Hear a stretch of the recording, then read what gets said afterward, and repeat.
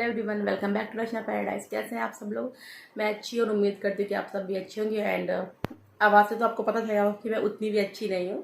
तो जैसे कि मौसम हो रहा है, अब थोड़ी थोड़ी ठंड होना शुरू हो गई है। सो सर्दी वगैरह सब तो हो ही जाता है, फीवर तो वही हो गया है। एंड आज है महाअष्टमी, तो आप सबको महाअष्टमी की बहुत बहुत शुभकामनाएं।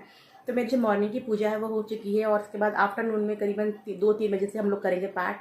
गीता दीदी और बॉबी आ जाएंगे तो हम लोग मिलकर कर लेंगे पाठ। उसके बाद हवन, तो वो सभी शेयर करूँगी क्लिप संग, जैसे पिछले साल किया था।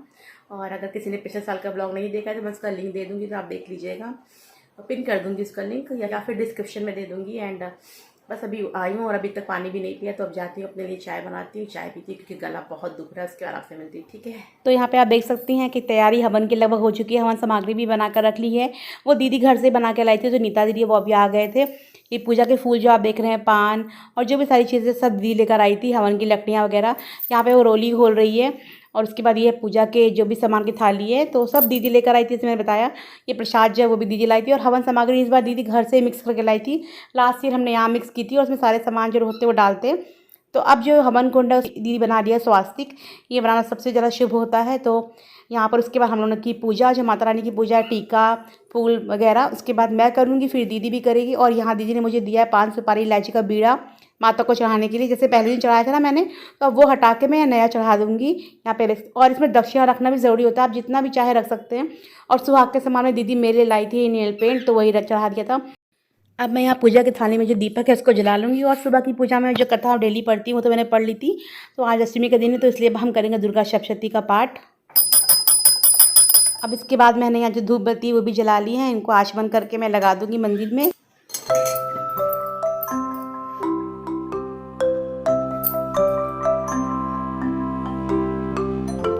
तो सारे भगवानों को हमने टीका लगा दिया है, मंदिर को भी सजा दिया है। तो यहाँ पे जो पान रखे हैं ना, ये पूर्णाहुति के लिए हैं, और भोग प्रसाद जो है वो पेड़े हैं। हमारी पूजा की सारी तैयारी हो चुकी है, जो कि आपने अभी देख ली। अब हम जा रहे हैं पाठ करने दुर्गा सप्तशती का। सब रेडी है, तो चलिए अब पाठ करते हैं दुर्गा माँ का। किसी कामना की पूर्ति के लिए पाठ करना हो तो विधि का पालन करना ही चाहिए। निष्काम पाठ के लिए विधि विधान की उतनी आवश्यकता नहीं होती। मोटे रूप में इस बात का ध्यान रखें कि कुछ न कुछ करना सदा ही अच्छा होता है। चिंता दूर करने, शक्तिशाली शत्रु से भय होने पर उसे नष्ट करने के लिए।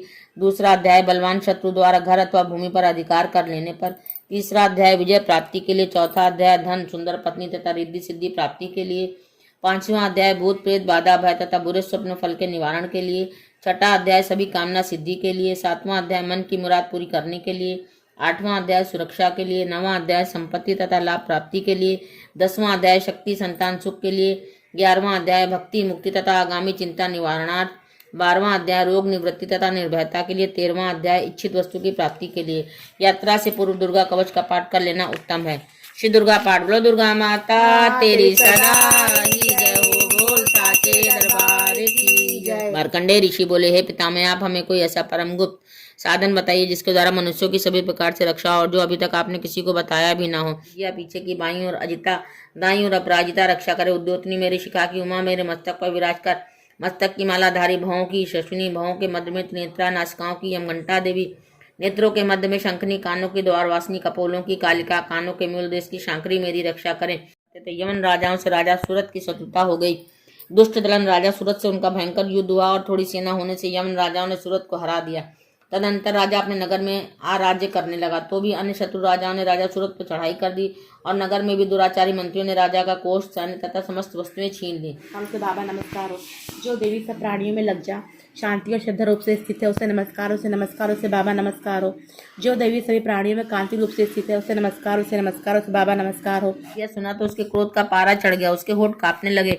जट शुम्भ ने चंड मुंड दोनों दैत्यों के आज्ञा दी, हे चंड तथा मुंड, तुम दोनों बड़ी भारी सेना लेकर वहां पहुंचो, उसे जल्दी से यहाँ लाओ, उसे बालों से खींच कर अथवा बांध कर ले आओ। यदि इस प्रकार लाने में तुम लोगों को संशय हो तो युद्ध करो। शत्रु का भय नहीं होगा, लुटेरे तथा राजा से भी कोई भय नहीं आएगा, और शस्त्रों से, अग्नि से, जल राशि से भय कभी भी नहीं होगा। इसलिए मेरा महात्म्य एकाग्रचित होकर पढ़ना चाहिए, भक्ति से सदा सुनना चाहिए। मेरे चरित्र परम मंगलदायक, महामारी से उत्पन्न सभी उपद्रवों तथा तीनों तापों को मेरा महात्म्य शांत कर देता है। मेरे जिस मंदिर में मेरा यह महात्म्य पढ़ा जा रहा है, उस स्थान का मैं कभी त्याग नहीं करती, वहाँ मेरा सदा निवास रहता है। बोली, हे राजन, थोड़े दिन तक तुम अपना राज्य पालोगे, कठिनता के बिना ही अपने शत्रुओं का नाश करोगे, वहीं पर तुम्हारा राज्य स्थिर हो जाएगा। फिर देहांत होने पर सूर्यदेव के अंश द्वारा जन्म पाकर इस पृथ्वी पर तुम सावर्णिक नाम के मनु होगे। हे श्रेष्ठ वैश्य, तुमने जो वर मांगा है मैं उसी वर को देती हूँ। मोक्ष प्राप्ति के लिए तुम्हें उस ज्ञान की प्राप्ति होगी। मार्कंडेय जी बोले। इस प्रकार देवी जी ने अभिलाषित वर दिए। फिर उन लोगों की भक्ति पूर्वक की विस्तृति से प्रसन्न होकर देवी तत्काल ही अंतर्ध्यान हो गई। तो दुर्गा माता की जय। श्री दुर्गा सप्तशती की जय। अब यहाँ पर आपने देखा कि हमारा दुर्गा सप्तशती का पाठ जो संपूर्ण हो गया है। अब हम करेंगे हवन। तो हवन सामग्री तो हमने पहले ही मिला के रख ली। आपने देखा यहाँ है कटोरी में घी, और यहाँ पर दीदी ने हवन कुंड में कलावा जो है वो अर्पित किया है, और बीच में हवन कुंड के घी की बाती बना के रख दी है। अब इसमें अग्नि जलाएंगे। का पाठ जो है वो पूरा कर लिया है। अब हम करने जा रहे हैं हवन।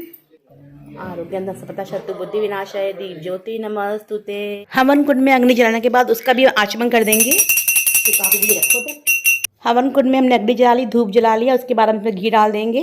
ओम गणेशाय नमः स्वाहा। ओम नव दुर्गाय नमः स्वाहा। ओम विष्णु नमः स्वाहा। ओम साध्वी नमः स्वाहा। ओम भवप्रीता नमः स्वाहा। ओम दुर्गा नमः स्वाहा। ओम शूलदानी नमः स्वाहा। यहाँ पे हमारा हवन जो है वो संपूर्ण हुआ। देख सकते हैं कितने अच्छे से अग्नि जल रही है। अब दीदी तैयार करी आरती की थाली, इसमें स्वास्तिक बना रही है। यहाँ पर हम माता रानी की आरती करेंगे लौंग कपूर से और घी की बाती से भी। तो दीदी वही दीपक जला रही है, लौंग कपूर और घी की बाती, और साथ में धूप बत्ती भी जला रही है। इसके बाद हम लोग माता रानी की करेंगे आरती। गणेश्वराय वंदनाय सुतीय गुरुजी सुताय गौरी सुताय गणनाथ नमो नमस्ते। जय गणेश पाठ जय श्यामा गौरी जिनके दुख हारी कोटिक चंद्र दिवाकर समराजत ज्योति अम्बे आरती जो कोई जन गावे मेरा प्रेम सहित गावे कहत शिवानंद स्वामी मन भजत हरि हर स्वामी मन वांछित फल पावे। ओम जय अम्बे गौरी दरबार की जय, सिंहदेव की जय, दल की जय। बोल सत्या जोता वाली माता तेरी सदा जय। बोल साके दरबार की जय, नव दुर्गा मैया की जय, शनिदेव महाराज की जय, गुरुदेव महाराज की दरबार की जय।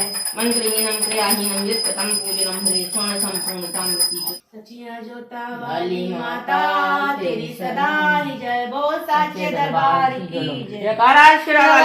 बोल साचे दरबार की जय। अब इसके बाद ये भी ले लेंगे आरती, और उसके बाद मैं नीता दीदी को दे दूंगी आरती। अब आ गया है भोग लगाने का टाइम। चलिए अब भोग लगा लेते हैं माता रानी को। गाओ सब अमृत बन जाए, सब जीवन सफल बनाओ, सब देव आओ भोग लगाओ, सब देव। और माता अन्नपूर्णा की जय। भर दे भंडारे सभी भक्तों के। तो हमारी पूजा हो चुकी है, हवन हो गया, आरती हो गई, भोग भी लगा दिया। तो बात करती हूँ थोड़ी देर में, ठीक है। तो मैंने कहा था कि बाद में बात करूँगी, बट बाद में फिर नहीं कर पाई बात। तो बस इस वीडियो को मैं यहीं पे एंड करती हूँ। उम्मीद करती हूँ कि आपको ये हमारा अष्टमी पूजन का वीडियो पसंद आया होगा। अगर पसंद आया हो तो please do like share my video and subscribe to my channel Rachna paradise. मिलती हूँ नेक्स्ट वीडियो में। जय माता दी, टेक केयर, बाय बाय।